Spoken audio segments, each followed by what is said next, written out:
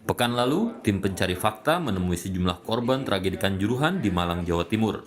Sejumlah bukti pendukung seperti rekaman CCTV yang memperlihatkan situasi di pintu 13 saat penonton berebut keluar stadion dikumpulkan untuk dianalisis. Menurut salah satu anggota TGIPF, Nugroho Setiawan, dari kesimpulan sementara, Stadion Kanjuruhan dinilai tidak layak untuk pertandingan dengan risiko tinggi. Nugroho mengusulkan perbaikan pintu stadion serta akses penunjang jika stadion tetap akan digunakan. Stadion ini tidak layak untuk menggelar pertandingan high risk match. Mungkin kalau itu medium atau low risk masih bisa. Jadi akhirnya artinya untuk high risk match kita harus membuat kalkulasi yang sangat konkret. Misalnya adalah bagaimana cara mengeluarkan penonton pada saat keadaan darurat. Jadi sementara yang saya lihat adalah pintu masuk berfungsi sebagai pintu keluar, tapi itu tidak memadai. Kemudian tidak ada pintu darurat. Jadi mungkin ke depan perbaikannya adalah merubah struktur pintu itu. Anggota TGIPF lainnya, Akmal Marhali, menyebut saat menemui sejumlah korban, kebanyakan mengalami pendarahan mata dan sesak napas akibat gas air mata. Lukanya adalah pendarahan dalam di mata. Bahkan korban-korban yang kita datangi itu menyampaikan bahwa mereka awalnya sih tidak masalah, tapi 2 hari setelah kejadian mata mereka itu retina mereka yang putih itu tidak ada, semua warnanya hitam. Itu atau pegal-pegal karena mungkin tertindih ketika terjadi gas air mata. Bahkan ada yang Rafiq misalnya, itu kakinya luka, kemudian pinggangnya luka, sementara matanya merah semua. Dan kalau mata merah ya penyebabnya ya pasti gas air mata. Oke. Pasca tragedi Kanjuruhan, pemerintah Indonesia dan FIFA akan membentuk tim transformasi yang akan berkantor di Indonesia. Ada 5 langkah yang disiapkan pemerintah untuk mengevaluasi manajemen sepak bola Indonesia secara besar-besaran. Pertama, membangun standar keamanan seluruh stadion yang ada di Indonesia. Kedua, memformulasikan standar protokol dan prosedur pengamanan oleh kepolisian berdasarkan standar keamanan internasional. Ketiga, melakukan sosialisasi dan diskusi dengan klub-klub bola di Indonesia, termasuk perwakilan supporter, untuk mendapatkan saran dan masukan. Keempat, mengatur jadwal pertandingan yang memperhitungkan potensi risiko yang ada. Dan kelima, menghadirkan pendampingan dari para ahli di bidangnya. Sementara itu, anggota Komite Olimpiade Internasional Erick Thohir yang bertemu Presiden FIFA di Doha, Qatar, kepada Kompas TV menyatakan, kolaborasi pemerintah, AFC, dan FIFA akan memperbaiki kualitas manajemen sepak bola Indonesia. Kenapa FIFA belum memberikan sanksi, walaupun sudah disepakati, tetapi kan FIFA membuat tim transformasi. Di situ akan terjadi koreksi besar-besaran dengan manajemen sepak bola Indonesia. Bagaimana kecintaan daripada Bapak Presiden dan juga FIFA melihat Indonesia sebagai negara sepak bola yang harus benar-benar mempunyai roadmap ke depan supaya Indonesia bisa berbicara di tingkat dunia. Tragedi Stadion Kanjuruhan jadi tragedi kesekian kalinya pada perhelatan sepak bola di Indonesia. Seharusnya dengan keterlibatan FIFA dan fakta yang ditemukan dari tragedi Stadion Kanjuruhan bisa menjadi titik balik perbaikan tata kelola sepak bola di Indonesia secara menyeluruh hingga bisa menghasilkan prestasi, bukan lagi tragedi. Tim Liputan Kompas TV. Saudara, sejumlah penyimpangan ditemukan tim gabungan independen pencari fakta tragedi Kanjuruhan. Dari hasil penyelidikan, tim juga sedang merumuskan sejumlah rekomendasi yang nantinya akan disampaikan termasuk kepada FIFA. Sejumlah temuan diungkap tim gabungan independen pencari fakta setelah menggelar investigasi lapangan ke Surabaya dan Malang, Jawa Timur. Investigasi dilakukan di setiap tahapan, mulai dari perencanaan pertandingan, persiapan pelaksanaan, hingga terjadinya kerusuhan dan penanganan korban pasca kerusuhan. Hari ini, tim gabungan pencari fakta tragedi Kanjuruhan menggelar rapat dengan sejumlah lembaga untuk membahas temuan sementara. Dan untuk mengetahui perkembangan terkininya, kita segera bergabung dengan jurnalis Kompas TV, Elgin Fridianto di kantor Kemenko Polhukam Jakarta dan rekan Kika Madona di Malang, Jawa Timur. Namun kita sapa terlebih dahulu rekan Elgin Firdianto di kantor Kemenko Polhukam Jakarta. Elgin, seperti apa agenda kerja tim TGIPF tragedi Kanjuruhan hari ini? Ya, selamat siang Juno dan juga saudara. Dari informasi yang kami dapat, memang sejak pukul 9 pagi tadi, tim dari Kompolnas, termasuk juga dengan Ketua Harian ini sudah datang ke kantor Kemenko Polhukam untuk kemudian melakukan rapat koordinasi.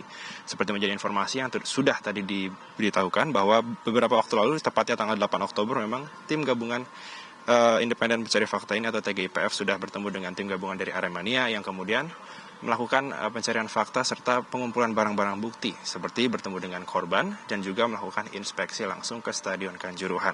Dan ditemukan juga beberapa barang bukti seperti rekaman CCTV, selongsong gas air mata, dan juga menyebut bahwa Stadion Kanjuruhan ini belum siap untuk melaksanakan pertandingan dengan resiko yang cukup berat.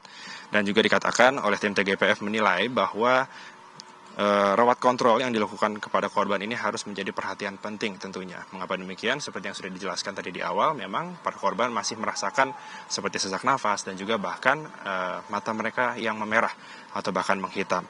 Dan tim TGIPF juga sudah berhasil bertemu dengan sejumlah pihak keamanan terkait yang bertugas saat laga antara Arema FC melawan Persebaya Surabaya ini berlangsung tanggal 1 Oktober lalu.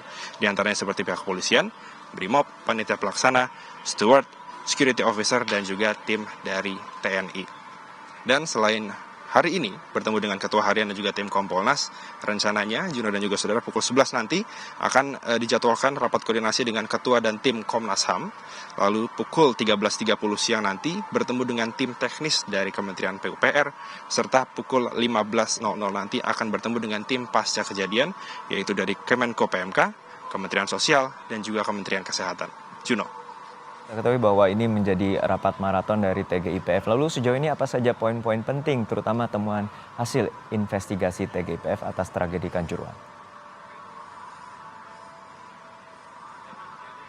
Ya, saat kami bertanya kepada tim dari Menko Polhukam dan juga tim TGIPF terkait dengan poin-poin yang sudah ditemukan, diantaranya ialah yang pertama adalah tim TGIPF yang sudah menemui sebagian besar pihak yang terlibat pada saat pertandingan antara Arema FC dan juga Persebaya Surabaya. Kemudian investigasi dilakukan dengan mendatangi, berdialog, dan juga mewawancara untuk mendapatkan barang bukti dan juga bukti-bukti pendukung terkait dengan tragedi yang menewaskan lebih dari 130 orang ini.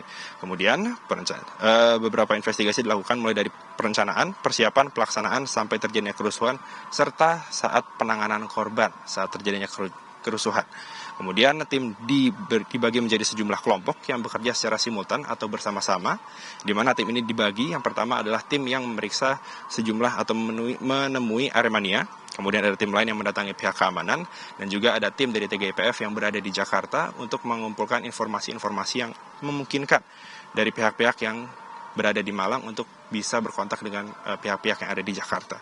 Kemudian berbagai barang bukti penting sudah didapatkan seperti rekaman CCTV, selongsong gas air mata, dan juga pemeriksaan terhadap pintu yang menewaskan cukup banyak korban waktu itu. Lalu keterangan penggunaan gas air mata sudah dikumpulkan dan juga didalami. Saat ini sedang melakukan analisis juga. Dan Stadion Kanjuruhan disebut sudah didatangi dan juga diperiksa standarisasinya, Juno dan juga saudara. Dan yang terakhir, tim praktis ini sudah bekerja selama 24 jam untuk menghasilkan fakta-fakta yang mendukung serta dapat disampaikan kepada masyarakat. Dan tentunya hingga siang hari ini tim media masih menunggu keterangan dari tim TGIPF bersama juga dengan tim dari Menko Polhukam terkait dengan perkembangan pemeriksaan atau pengumpulan fakta yang sudah dilakukan terkait dengan tragedi Kanjuruhan. Juno. Baik, terima kasih rekan Elgin Firdianto dari kantor Kemenko Polhukam Jakarta. Lalu kita akan sapa rekan Kika Madona yang saat ini berada di Malang, Jawa Timur untuk mengetahui kondisi para korban tragedi Kanjuruhan. Kika, hingga saat ini ada berapa korban tragedi Kanjuruhan yang masih dirawat di rumah sakit dan bagaimana kondisinya? Ya, Juno dan juga saudara, jadi total di Rumah Sakit Saiful Anwar Kota Malang akan melaporkan saat ini jumlah korban yang masih dirawat ada 11 orang. Di mana dari 11 orang tersebut, 6 diantaranya masih menjalani perawatan secara intensif di ruang ICU. Sementara untuk 5 orang korban lainnya saat ini masih menjalani pemulihan di ruang rawat inap yang ada di Rumah Sakit Saiful Anwar Kota Malang ini. Jadi Rumah Sakit Saiful Anwar Kota Malang ini merupakan rumah sakit rujukan utama bagi korban tragedi Kanjuruhan. Jadi kalau misal ada korban yang masih belum bisa ditangani di rumah sakit masing-masing kabupaten kota, maka bisa langsung dirujuk ke Rumah Sakit Saiful Anwar, seperti kata Menko PMK beberapa hari yang lalu, bahwa nantinya untuk seluruh biaya pengobatan bagi korban, baik itu yang langsung dibawa ke rumah sakit atau beberapa hari setelah pulang dari pertandingan merasakan adanya gangguan kesehatan, maka bisa langsung dirujuk ke Rumah Sakit Saiful Anwar tanpa dikenakan biaya sepeser pun, karena negara yang akan menanggung untuk biaya pengobatan dari korban tragedi Kanjuruhan ini. Sementara itu, saudara, jika berdasarkan data terakhir dari tim gabungan untuk yang melakukan investigasi dari tragedi Kanjuruhan ini, total jumlah korban yang mengalami luka-luka hingga saat ini ada 575 orang.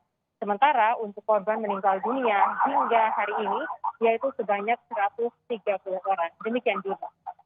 Baik, lalu hingga saat ini bagaimana penanganan kasus tragedi Kanjuruhan oleh pihak kepolisian dan apakah ada indikasi penambahan tersangka atas kasus ini?